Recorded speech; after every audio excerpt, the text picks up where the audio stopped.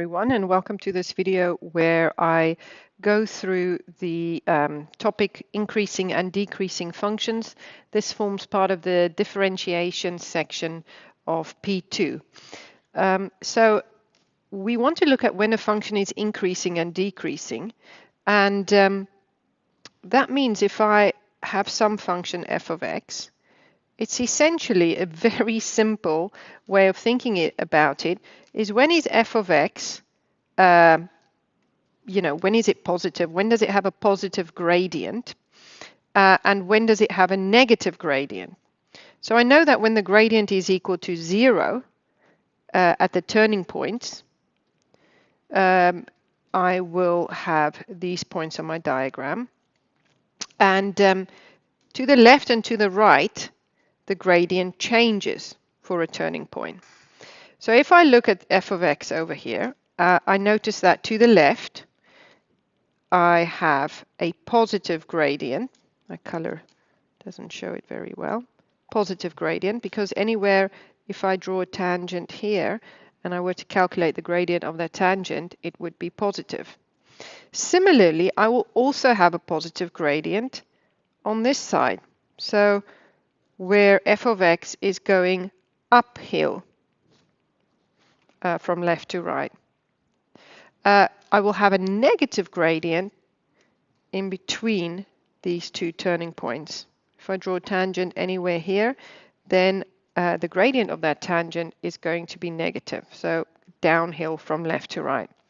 The formal definition of when it's increasing and decreasing is actually when the derivative of f of x, so f prime x, is greater or equal to 0, or when it is less or equal to 0. Now, strictly speaking, at 0, I have a turning point. So for a strict inequality, I would say greater than 0 for increasing and less than 0 for decreasing. But in the exam, and sometimes in some books, they write greater or equal to 0 rather than just a strict inequality. Okay, so let's look at some examples. Where are they? Down here. So question 1 says, find the interval on which this function is decreasing. So I know that it will be decreasing when the gradient function is less than 0. And I want to find with interval, I want to find that's going to be an inequality. So a range of values for x, right? So x can either fall between a and b, or x can be less than a and greater than b, for example, depending on what the graph looks like. So firstly, let's go and find the gradient function. So f prime x is equal to 3x squared plus 6x minus 9. Okay, I want to find where this is decreasing. I need to firstly go and find my critical values. And with that, I mean my roots, my x-intercepts. The reason I want to do that is similarly when I explain this to you, we want to find between the x values where this is positive or negative. So these x-intercepts will be my critical values.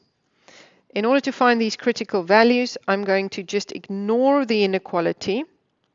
So I know I want to find where the gradient function is less than 0, but I'm going to ignore that first and just solve where it's equal to 0 so I can find my critical values. So let's simplify that. Dividing by 3 gives me x squared plus 2x minus 3 equals 0. Then I'm going to factorize, which is going to give me x plus 3 and minus 1. And so my critical values are negative 3 and 1, which corresponds with this graph I've just drawn here. And I can always check y-intercept of negative 9. So I want where my gradient function is negative. So where this curve lies below the x-axis, because for it being less than 0, it implies my y values are negative, and it will be anywhere in between x less than 1 and greater than negative 3. And that is my final answer. This function will be decreasing when x is in between -3 and 1. Okay, let's do another example. Show that the function f of x is increasing for all real values of x. So it's always increasing. That means the gradient is always positive. And in this case, if we were to visualize what this graph might look like, f of x, well, it's a cubic, and it's most likely going to have a point, or most certainly going to have a point of inflection, which means the gradient is always positive. But we want to be able to prove that. So first and foremost, we want to find the gradient function, which is 3x squared plus 12x plus 21. And I want to show that regardless of what x value I substitute into my gradient function, I will always have a positive answer. So you might recall that a good way, and we did this in proof, a good way of showing that a function is always positive is to complete the square. Because if I complete the square, then you'll see here I'm going to end up with something squared, which is always positive, and I will be adding on some value here, which would mean that the entire function is still positive, because if I square, I always get positive. Adding something on still makes it positive, and that will be the way that I prove this. So let's start. 3x squared plus 12x plus 21. This is an example where I need to factorize first before I can complete the square. So I factored out 3, and now I'm going to complete the square for this bracket. X squared plus 4x plus 7, which gives me x plus 2 all squared minus 2 squared plus 7. And I'm just assuming you know how to do this already. I'm not going to go over in detail how to complete the square. Now I need to sub this back here, which means I've got 3 multiplied by x plus 2 all squared, but I also have 3 multiplied by positive 3, which gives me plus 9. I need to end with a summary because it says show that the function is increasing. So I want to just finalize this with a statement. I know that x plus 2 squared will always be greater or equal to 0.